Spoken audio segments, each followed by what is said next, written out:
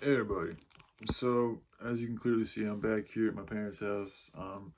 Which I'm sorry, my tone sounds kind of like ugh, but that's how I feel. Like I feel shitty right now. I woke up in the middle of the night with a really bad headache. Um, I mean, I took a bath, so there's shit in the water, so it makes you feel like shit. But it's nice to be clean, and it's very nice to see my family and to be in this room. I left here with actually a lot of good energy. So when I came back, there was a lot of good energy just chilling here. So I just was like, wow, this is actually it feels good. However, like when I took a bath last night, like fucking, I just wasn't paying attention, and I actually reopened the cut or the scab I had on my back, and then so it's like when things like that happen, and then like part of me was didn't know if I was making the right decision because part of me felt like I was supposed to do something with that federal building that I didn't do, but I also felt like I kind of missed my opportunity, and I was the weakening condition that I was in, and I was continuing to be in, and I wasn't really able to heal myself because I was continuing to have to like go and get groceries and to charge my phone, and like I just wasn't able to heal. So I think because I missed an opportunity, I needed to come back here. I mean, I think that's really what the best thing for me I could have done for myself was to come back here and to do this, to come back to my house and rejuvenate essentially. But it's interesting because as I came here, I have a neighbor across the street. It's a whole family.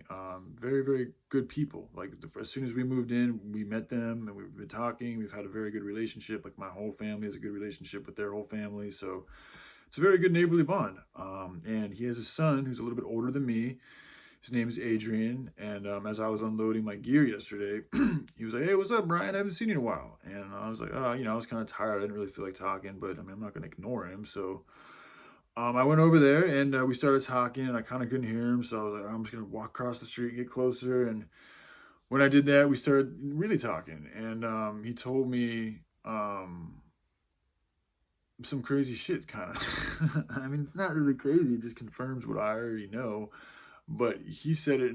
So we talked about this place called Rocky Buttes, which is next to the Grotto, and the Grotto is an area in Portland that's near 82nd Avenue, which is where they do all sorts of sex trafficking. And they got the funny thing about 82nd Avenue is too. There's a very, very like probably the largest police station that I'm aware of is like right there, a little bit above 82nd Avenue, and yet they still have that. That's sex trafficking epicenter right there. Is right where the police station is.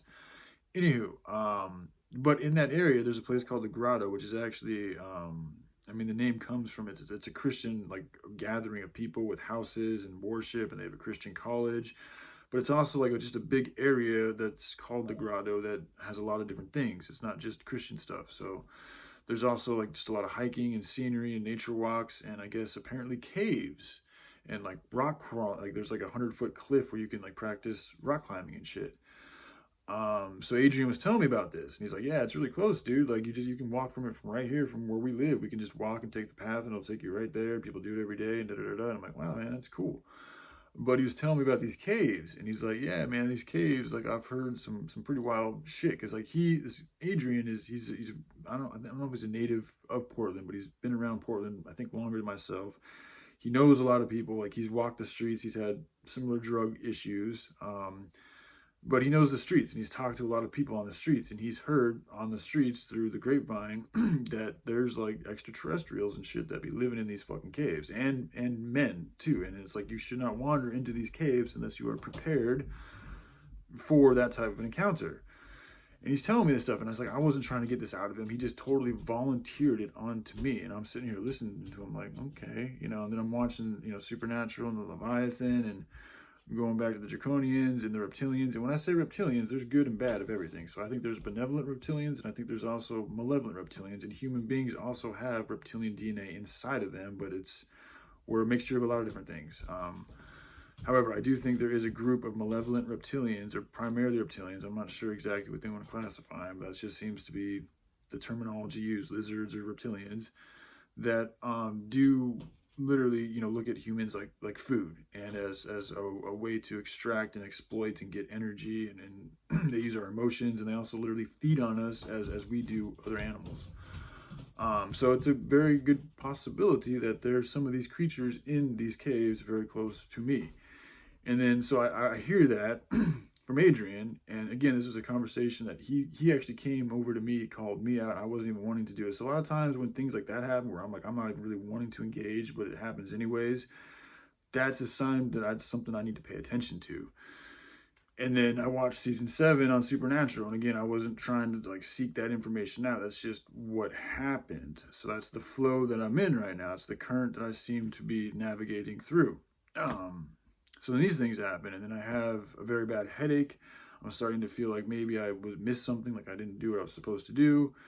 And then I had some, I'm not going to get into specifics, but I had some pretty disturbed, I mean, I woke up feeling disturbed because I had dreams about Joy, and they weren't the best of dreams. So like I'm sitting here thinking about all these things, and I got a headache. I'm getting over a headache, and it's like, this was like, maybe this isn't the right decision. Maybe I'm not supposed to get a job. Maybe that's not what God wants me to do. Maybe I'm supposed to,